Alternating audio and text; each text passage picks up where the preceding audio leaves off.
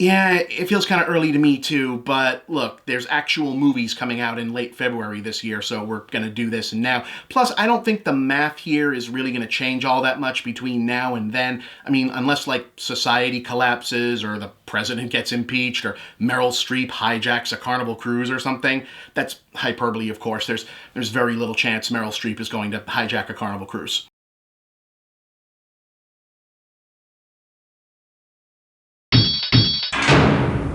Ah, Oscar, the Academy Awards, the one night out of the year where Hollywood's best and brightest set aside concerns of business and box office in order to celebrate craft and commitment to artistry at a lavish awards gala where we all find out what a relatively small, insular collective of mostly retired, out-of-touch industry insiders would like social media to think about their film-going opinions the following Monday. In all seriousness, this year's Oscars are bound to be one of the more interesting in recent memory just because of the spectacle. It's the first show following the debacle of accidentally awarding the wrong film Best Picture last year, so look for jokes about that to get run into the ground almost immediately. It's the first show of the proper Trump era, so we can all be on the lookout for jokes and or statements from the podium and Twitter retorts from someone who really should have better things to do with his time. There doesn't appear to be a clear favorite for Best Picture, though there are definitely strong contenders, and of course the righteous specter of the Me Too movement will continue to hang over the industry as we all wonder if any presenter, winner, or honoree will make, speak, or even answer to any accusations. But mostly, stupid comedy skits. Anyway, let's do some predictions. If you lose money betting on this, do not blame me,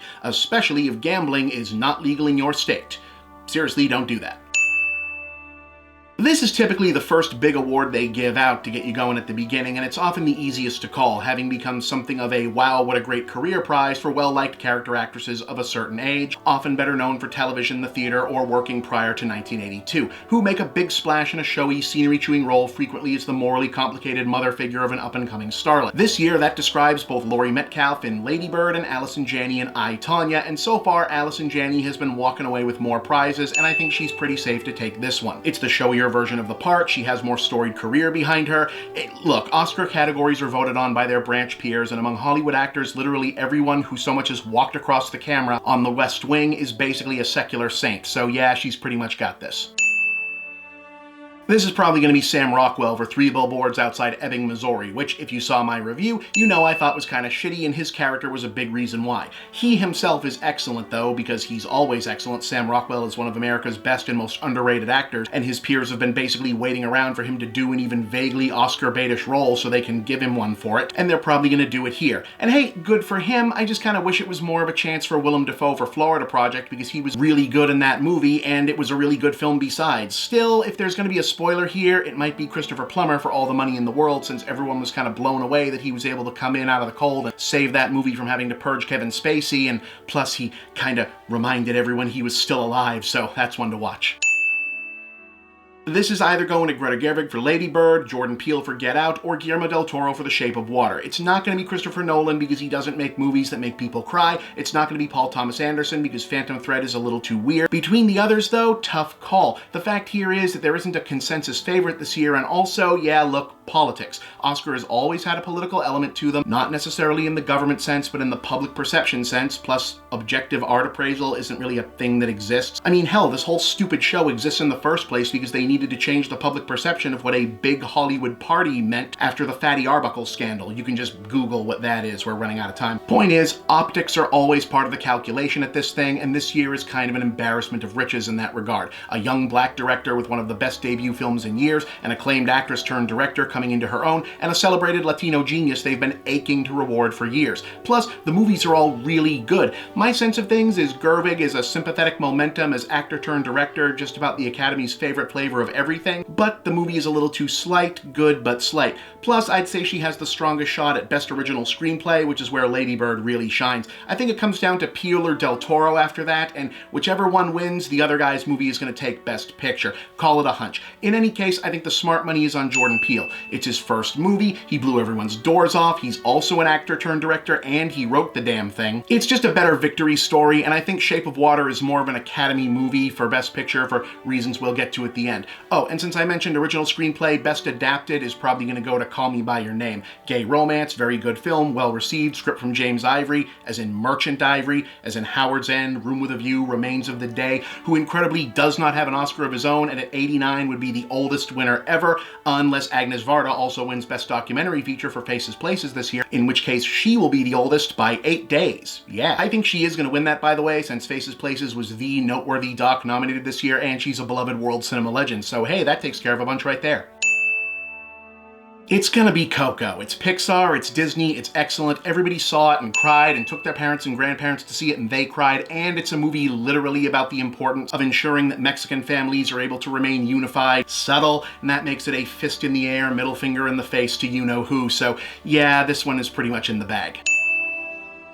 You just kind of have to assume Gary Oldman has this one in the bag for Darkest Hour, I think. I mean, no one really thinks Daniel Day-Lewis is actually done, for one thing, and he's the only guy in the roster who could compete with Oldman on the everyone has agreed I'm one of the great actors of my generation, but somehow I don't have a giant pile of Oscar thing, though Lewis did get one for Lincoln already, so yeah. And you know, Darkest Hour really is kind of cheesy, though the makeup is incredible. It does sort of feel like Oldman has been in better movies where he didn't seem to be trying so hard. So if there is a spoiler, it'll come from that and the fact that Oldman has burned a lot of bridges in the industry over the years, and by contrast, Hollywood is really high on Timothée Chalamet from Call Me By Your Name, so maybe, but I doubt it. And yeah, Sid and Nancy, The Professional, Immortal Beloved, Dracula, fucking Fifth Element, yeah, Oldman has had this coming for a while.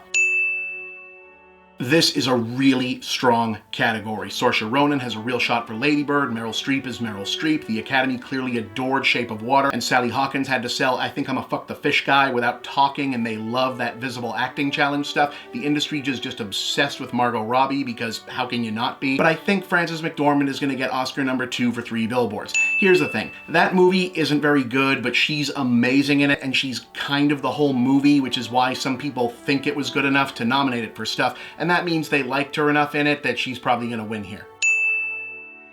Okay, so by all indications, this is basically a four-way between Lady Bird, Get Out, Shape of Water, and Three Billboards. Irrespective of actual quality, Dunkirk doesn't have enough Academy-style heart, The Post is excellent, but everyone involved is always so good they get taken for granted. Darkest Hour really is kind of cheesy, Phantom Thread is a little too weird, and Call Me By Your Name, unfortunately, probably gets dinged for being too explicit. Now, of the remaining four, Three Billboards is getting a lot of backlash for the prizes it already has, and I think it's more about the actors than any other aspect. Pretty much everyone liked Lady Bird, but it's not a big, profound movie in the Best Picture sense. And like I already said, I think Gerwig's momentum is going to be in the screenplay department. That leaves Get Out versus Shape of Water. Both big hits, both loved by critics and audiences alike, both genre films using fantastical sci-fi horror hybrid stories as metaphors for societal oppression. And as I said a minute ago regarding Jordan Peele being my favorite for director, I think they go with Shape of Water for picture. See, here's the thing. I think Get Out is the better movie of the two. I like them both. It's awesome they're both nominated. It'd be amazing if either one wins. But from an Academy Awards perspective, Shape of Water is actually kind of safer and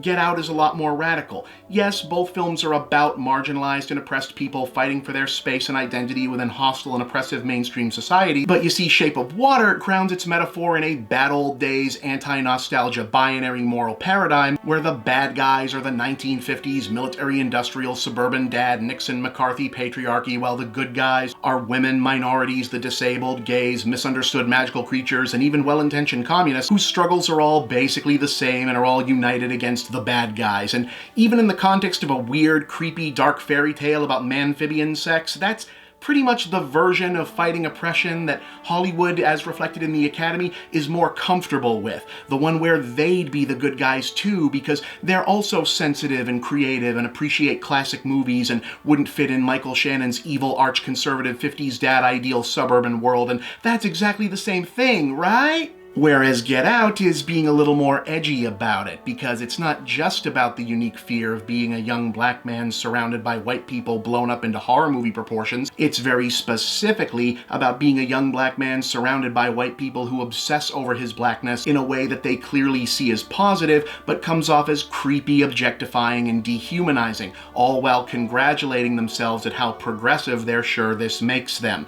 And you kind of have to figure a lot of the older Academy voters probably get that that's talking about them, right? Like when your bad guy is a smarmy, white-haired baby boomer played by someone from the West Wing, again, in a turtleneck, talking about how much he loved voting for Obama, but he still sees black people as things he can own and use for his own aggrandizement. I can't help but imagine that a lot of the older Oscar voter dudes are going, hey, wait a minute, I think this movie just told me to go fuck myself, and they're not really loving that. Or maybe not. I could be wrong. We'll see. I could very well be wrong about every single one of these. Anyway, the show is Sunday, March 4th. A lot can happen in a month. This video is running a little on the long side, actually, so bye!